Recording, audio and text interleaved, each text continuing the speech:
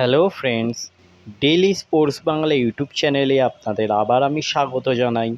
আবার নিয়ে চলে এলাম খেলার নতুন ভিডিও নিয়ে। ইস্টবেঙ্গল ছেড়ে বাগানের পথে পিভি বিষ্ণু, জল্পনা তুঙ্গে। ভারতীয় ফুটবল মহলে বৃহস্পতিবার রাত থেকে একটি খবর ঝড়ের গতিতে ছড়িয়ে পড়েছে। কেরলের উঠতি তারকা পিভি বিষ্ণু নাকি লাল হলুদ ঝান্ডা ছেড়ে সবুজ মেরুন শিবিরে যোগ দিতে চলেছে। এই খবরে ইস্টবেঙ্গল সমর্থকদের মনে উৎকণ্ঠার কালো মেঘ জমেছে। অনেকে এটিকে গুজব বলে উড়িয়ে দিলেও মোহনবাগানের সঙ্গে বিষ্ণুর নাম জড়ানোর গুঞ্জন থামছে না।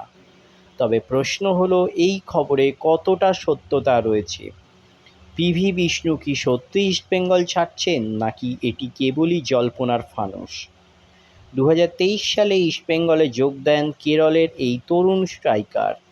3 বছরের চুক্তিতে সই করে তিনি লাল হলুদ শিবিরে পা রাখেন।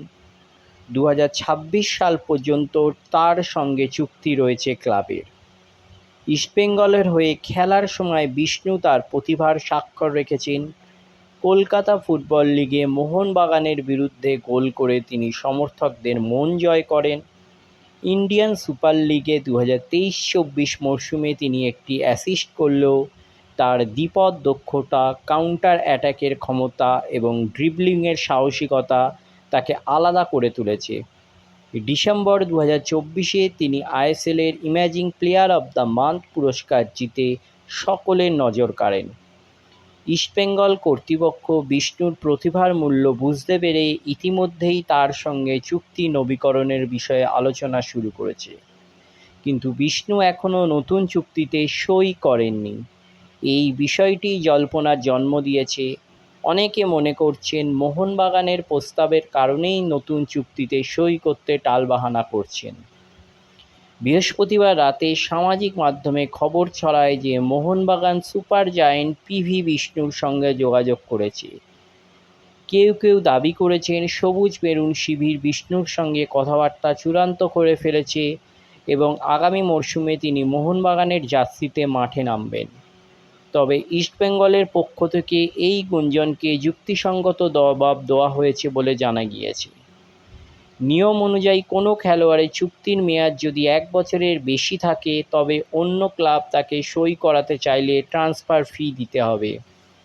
বিষ্ণুর ক্ষেত্রে 2026 পর্যন্ত চুক্তি থাকায় মোহনবাগান যদি তাকে দলে নিতে চায়, তবে ইস্টবেঙ্গলকে ট্রান্সফার ফি দিতে হবে। এছাড়াও চুক্তির শেষ 6 মাসের মধ্যে খেলোয়াড় অন্য ক্লাবের সঙ্গে প্রাক চুক্তি সই করতে পারেন। কিন্তু বিষ্ণুর চুক্তির মেয়াদ এখনও 1.5 বছরের বেশি বাকি থাকায় তিনি এই মুহূর্তে মোহনবাগানের সঙ্গে সরাসরি চুক্তি করতে পারবেন না। ট্রান্সফার ফি ও সম্ভাবনা। পিভি বিষ্ণুর বর্তমান ফর্ম এবং সম্ভাবনা বিবেচনা করলে তার ট্রান্সফার ফি বেশ উচ্চ হতে পারে।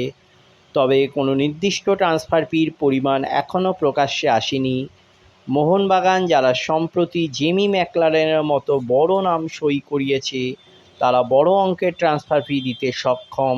তবে ইস্টবেঙ্গলও বিষ্ণুকে হাতছাড়া করতে নারাজ। ক্লাবের ভবিষ্যৎ পরিকল্পনায় বিষ্ণু গুরুত্বপূর্ণ ভূমিকা পালন করতে পারেন এবং কর্তৃপক্ষ তার চুক্তি নবীকরণে জোর দিচ্ছে। ইস্টবেঙ্গল সমর্থকদের মধ্যে এই খবরে হতাশা এবং উৎকণ্ঠা ছড়িয়েছে। বিষ্ণুকে তারা লাল হলুদের ভবিষ্যৎ হিসেবে দেখেন। তার মতো তরুণ প্রতিভাকে হারানো ক্লাবের জন্য বড় ধাক্কা হতে পারে। সামাজিক মাধ্যমে অনেক সমর্থক এই গুজবকে মোহনবাগানের চাল বলে কটাক্ষ করেছেন। অন্যদিকে মোহনবাগান সমর্থকরা বিষ্ণুর সম্ভাব্য আগমনে উচ্ছ্বসিত। তবে উভয় পক্ষের মধ্যে এই জল্পনা কলকাতার ফুটবল মহলে উত্তেজনা বাড়িয়েছে। বর্তমানে পিভি বিষ্ণুর ইস্টবেঙ্গল ছাড়ার খবরকে পুরোপুরি গুজব বলা যায় না, আবার নিশ্চিতভাবে সত্যও বলা যায় না। মোহনবাগানের সঙ্গে তার নাম জড়ানোর পেছনে তার চুক্তি নবীকরণের বিলম্বই মূল কারণ। তবে ইস্টবেঙ্গলের পক্ষ থেকে এই গুঞ্জনকে গুরুত্ব না দেওয়া হলেও এবং বিষ্ণুর সঙ্গে চুক্তি নবীকরণের প্রচেষ্টা চালিয়ে যাওয়া ইঙ্গিত দেয় যে ক্লাব তাকে ধরে রাখতে বদ্ধপরিকর। অন্যদিকে মোহনবাগানের ট্রান্সফার কৌশল সবসময় আক্রমণাত্মক।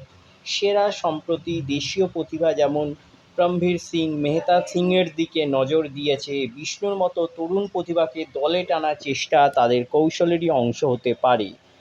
তবে ট্রান্সফার ফি এবং বিষ্ণু নিজের ইচ্ছার ওপর অনেক কিছু নির্ভর করছে। পিভি বিষ্ণুর ইস্টবেঙ্গল ছাড়ার খবর এখনও জল্পনার পর্যায়ে রয়েছে। তার চুক্তির মেয়াদ এবং ইস্টবেঙ্গলের প্রচেষ্টা বিবেচনা করলে তার মোহনবাগানে যোগ দেওয়ার সম্ভাবনা এখন খুব বেশি নয়। তবে ফুটবলের ট্রান্সফার মার্কেটে যে কোনো কিছুই সম্ভব। সমর্থকদের এখন অপেক্ষা করতে হবে আগামী কয়েক সপ্তাহ ঘটনা প্রবাহের জন্য।